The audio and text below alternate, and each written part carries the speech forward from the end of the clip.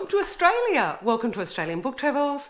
More importantly, welcome to our book review for this week. Now, apologies it's a little bit late. Normally I like to get these book reviews up early Monday morning and the travel videos up on Saturday morning. But I had a wonderful weekend this weekend. I went to a school reunion, which required me staying in Melbourne. And on the way home, I videoed a lovely country town for you for this coming Saturday. And so I was back home very late last night. And I just didn't get the time. I didn't have the energy to sit and do a book review for you. So I apologise, but I'm doing it now and I'll get this up today. So I'm hoping and hopefully you'll be able to see this afternoon, which is Monday. Or maybe Monday evening. Anyway, let's get to it before time runs out. Again, spectacles, apologies. I have four today, 3 book reviews and 1 book recommendation, really. But let's get on to it. Let's do this. Now, this book I was given a couple of years ago as a gift by someone very close to me. And I am an animal lover, very much so. Animals are very much part of my life, and I really cannot watch any movie or read any more books about animals dying. It's just not in my emotional capability anymore. So when I was given this is A Handful of Happiness by Massimo Machetta and Antonella Tomaselli. I hope I'm pronouncing those correctly. So I was given this, and I put it aside. I was very grateful that I was given a lovely gift, but I put it aside. I thought, I just can't deal with reading a book about another animal, and in this case, a hedgehog dying. I couldn't do it. So it went on my to-be read pile, which is vast. I can assure you there's nearly 200 books in my to-be read pile, and it just keeps growing every time I buy more books. I can't read them as quick as I buy them or am given them, but I love it. And so last year I decided that my New Year's resolution was I was going to really go whole hog into my to-be read pile. No matter which book was on it, I wasn't going to pick and choose. I was just going to grab a book off the pile and read it, which was I was really doing well until I came to this one. And I thought, oh no. Anyway, my New Year's resolution, get into it, so I did. And I am so happy I did. It is A Handful of Happiness, Nina, the Tiny Hedgehog with a Big Heart. It's by Massimo Machetta, as I said, with Antonella Tomasini, but it is translated from the Italian by Jamie Richards. Now, just giving you the lowdown on it all, this was first published in 2018, and I think I received it probably 3 years ago. It must be 3 years, I'd say, at least 2 years anyway. Oh, easily, yeah. Anyway, it's a hardback, this one, which is, I love my hardbacks. And it's only, 198 pages. All up, that's including the acknowledgements and things, I think. Hardback, not a very dense book. Non-fiction, true story about Massimo, who comes across just coincidentally a hedgehog in need, and the stories that go along with that, with the recovery and subsequently opening a hedgehog hospital, which I believe is still in full-fledged today. It is a delightful delightful book. I absolutely loved it. There was no sadness. There was no, and not because he avoided any sadness, I think. It was just that it was written very well, and there was no immediate death or anything of any hedgehog or any animal. But there was concern as to once Nina the hedgehog has been released, where she ends up. But not sad at all.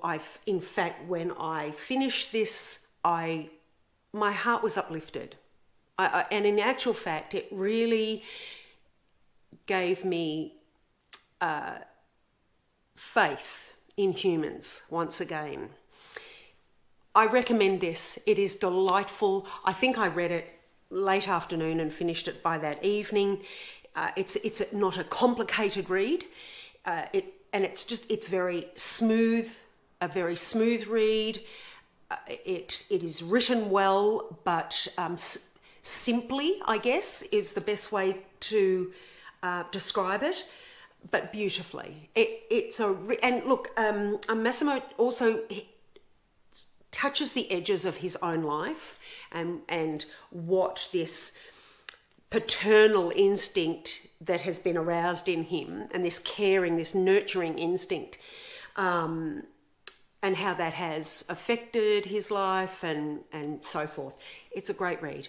Now, this has been published by Quercus, and not quite 200 pages. Absolutely beautiful. I recommend it. So for all the doubt that I had and all the worry I had in reading it, it turned out to be the most delightful book I've read. So that's that one, Handful of Happiness. The next one is a very old novel, but a classic and very well known. This is Josephine Tey, who was a Golden Age crime novelist, classic. The Daughter of Time, very well known. It's probably her most well-known crime book. There it is there. Now, this has been published by Pushkin Vertigo. It is absolutely beautiful. The cover, the design, and even the gold, what is it, like the gold inlay, I guess. What do they call that? Can't remember now. It'll come to me. It's beautiful. I mean, it shines beautifully. Now, Pushkin Vertigo have published two of Josephine Tey's books, The Daughter of Time and also The Man in the Queue. And The Man in the Queue is, which I think I should show you. It is highlighted in silver, whereas this is gold. Beautifully done, but before we go on, there is one thing I must say which did disappoint me. As I read this, I held it in my hands, of course. I held it in one hand, like so, and I found that the edge, the spine, if you can see that, the gold rubbed off. So that was very disappointing because I wanted to keep them in pristine condition, as I try to do with my books, and that has sort of ruined the way it looks sitting on the shelf. When I realised it was happening, I then started reading like so, with just two hands, which is not always comfortable, but so you can avoid that if you read it like this, or if you read it on a book stand. But yeah, that's just something to be aware of. I was a little disappointed. Nevertheless, if you've read this, you will know how wonderful this is as a crime novel, crime fiction. It is a brilliant story, well written, well devised, a thoroughly good read. You could say a book that you couldn't put down. It is her Josephine Tey's famous detective,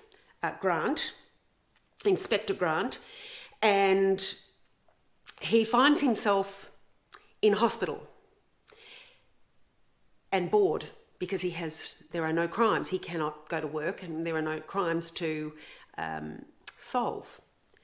But by chance, along the way, he looks at and investigates from his hospital bed the issue of Richard III and the disappearance of his two nephews, the two princes, who were next in line to the throne.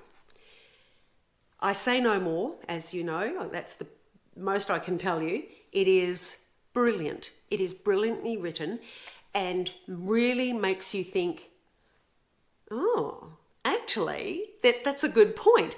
And makes you, because I'm a history buff, absolute, in anything, mainly the Tudors and the Plantagenets, but anything to do with history, and I right onto it. I love it.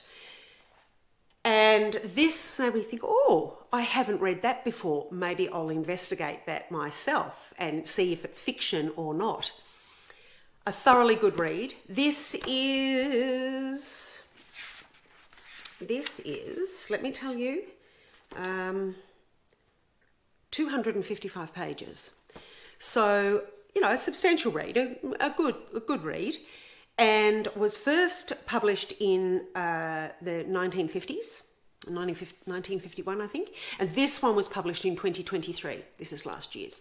And I think The Man in the Queue was the same year. Have I got any information on that? No, I don't think so. No, but I think it was the same year or thereabouts. But we can talk about that when we review The Man in the Queue in another video. So there's Richard III there. The Josephine Tay, or the publishers have very kindly added a photo of him. A really good read. Thoroughly recommend it. You will be enthralled in. It's a fantastic read. Well done and very exciting. The next one is another Golden Age crime fiction and a classic. This is by Moray Dalton. Now, not many people have heard of Moray Dalton. She, like Josephine Tay, was in that era, 20s, 30s, 40s, and I think this one was 1930s. She was born in the 1880s and died in the 60s. But this was originally printed, I think, in 1935, correct? Yep. And this was republished by Dean Street Press in 2020. So this is Moray Dalton, The Belgrave Manor Crime. Now, this is her most, I hope you can see that. I'm always disappointed when I watch back on some of the videos when I'm editing them, and I don't always give you a very good view of the book, and I apologise about that. But I can't see on the camera as to what you can see. Anyway, I hope you can see it. Maybe I'll pop it back there and you can see that a bit better. A really interesting crime. And of course, it has to do with a particular manor. There are all sorts of things in here. There's the occult. There's some toing and froing of locations, and there are a couple of murders in this. Now, I'll just tell you the original. I can't actually, I read this quite some time ago, and oh yes, that's right. Gosh, I'm terrible, aren't I? Hugh Collier is of Scotland Yard, is Moray Dalton's inspector. And he does a jolly good job. But there's a bit of toing and froing in location, and you get, it's based in Devon. So you get a little bit of the geography Moray Dalton gives you. Now this one is, that's the other thing I have to give you, isn't it? This is only 179 pages. A little dense in content in writing, but a good read, an easy read.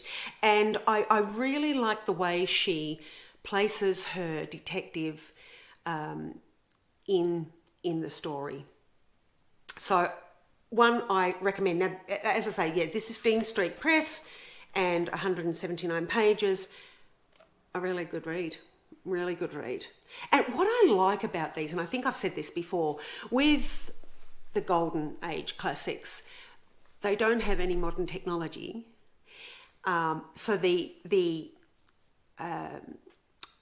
crime has to be, like as they were in real life, they have to be solved through psychology and through evidence. Now, obviously, they made mistakes in those days very much. I mean, we have DNA and things, and thank goodness for that. But when you're reading it as a crime fiction novel, it's so much nicer when you can, sometimes historically, they have the places, if you know the areas at all, whether it's in England or Europe or even in Australia, if you know the areas, it's nice to. And even with, last week we had Antoine Laurent's books in France, and that one of his books, Vintage 1954, went back in time and described Paris as it was in 1954 and how it's changed. So it's really interesting to see those things. Again, history, which is what I like. I love exploring those old buildings and the lovely architecture, and even with the people. I mean, humans are humans no matter what era, but the people had, their own respect and self-respect and courtesy and self-discipline, and even some of the criminals were honourable, if you could say that. So they're lovely to read. And I think I've also said, because they don't have all of that car crash and the car chases and the telephone, the mobile phones and things like that, and computers, it slows the story down. I mean, that was never the intention. That this was the world that the authors were living in. But as a reader, it helps you to slow down, and I love it. I think they're wonderful. So that's Moray Dalton, The Belgrave Manor Crime. Wonderful read. I recommend it. Now, one that we don't really read, but is great as a cookbook, is Karen Pierce's Recipes for Murder.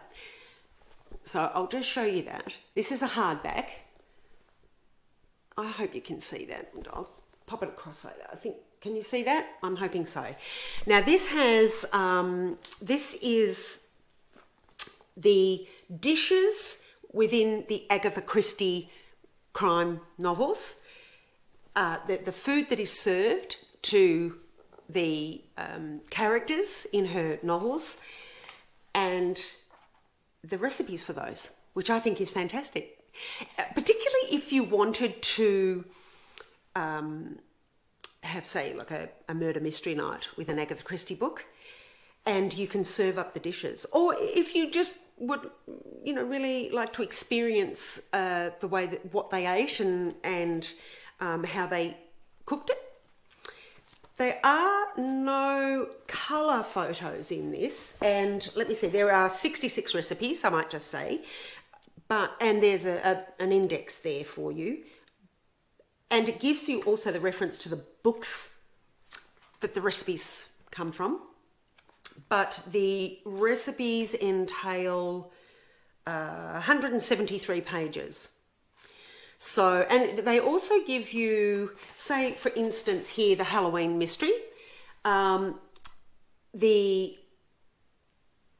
references to the books and the particular foods. So it's a really wonderful cookbook. So you can experiment or experience what was served to the characters in Agatha Christie's crime novels. That's that. So 4 great books I recommend. I think I bought this one was from Tasmania, from Cracked and Spineless in Tasmania. Moray Dalton was from Abbey's Bookshop in New South Wales. But of course, you can buy them from your local shop or order them from your local independent bookshop. And failing that, obviously, you can get online. The Daughter of Time was also from Cracked and Spineless in Hobart, and Handful of Happiness, of course, was given to me, so I don't know where this was purchased. I'm strongly suspecting it would have been from Abby's bookshop, because it is the same person who bought me this who revealed at Christmas where they were getting all their wonderful books. And of course, that's how I then discovered Abby's bookshop. Thank goodness. It's wonderful. But I mean, there are so many wonderful bookshops, secondhand and new, and they specialise. Some of them specialise in crime fiction, some of them specialise in cookbooks and so forth. But you'll know your local independent bookseller, what they can and can't do for you, and what they can and cannot order. So I'll leave that up to you. But that just gives you an indication where I'm getting my books from. Absolutely love them. So I'm going to try and edit this, or when I say edit, I'll try and get it up on the internet for you, onto YouTube this afternoon. I'm fingers crossed, so long as I can, do the editing, the yucky bits at the ends, and I'll get that up for you. And then I'm hoping, a little word of warning, the travel video for Saturday, it may be late on Saturday. It may possibly even be available first thing on Sunday. I do have a lot I'm doing this week for you. I'm traveling to a couple of places, day trips, but they are long day trips. So there's 2 I'm doing for you this week, and I'm hoping that you'll really enjoy them, but they're a bit of fun, but that takes 2 days out of my editing week. So I'm going to try and get last week's video that you will be seeing this week. I'm trying to edit that very quickly in the next few days for you. So apologies if it's a bit late on Saturday, or if it's on Sunday available for viewing. I do apologise, but I'm really running against time here, as we all do, don't we? I mean, the days fly. I no sooner get up and do a couple of things and it's 12 o'clock. It's just, and look, I've had friends and family say the same thing. It just, the days just fly. Anyway, I wish you all well. I hope you're enjoying whatever it is that you're doing, whether it's reading or travelling or just relaxing, or if you're on holiday. That's wonderful too. So I will leave you for now. That's those recommendations. I hope, if you haven't read them, it may give you something to perhaps look in your library, or to go and buy or borrow, whatever it is. But I do recommend that you read them. They're wonderful books. So that's it. Have a lovely week. Yes, it's a week, won't it? Isn't it? Yeah. So this is Monday. I'll see you on Saturday or Sunday for the travel video, if that's what you're doing. Otherwise, I'll see you next Monday for the next book reviews. Keep safe, stay well, eat well. I really encourage that. And use the recipes.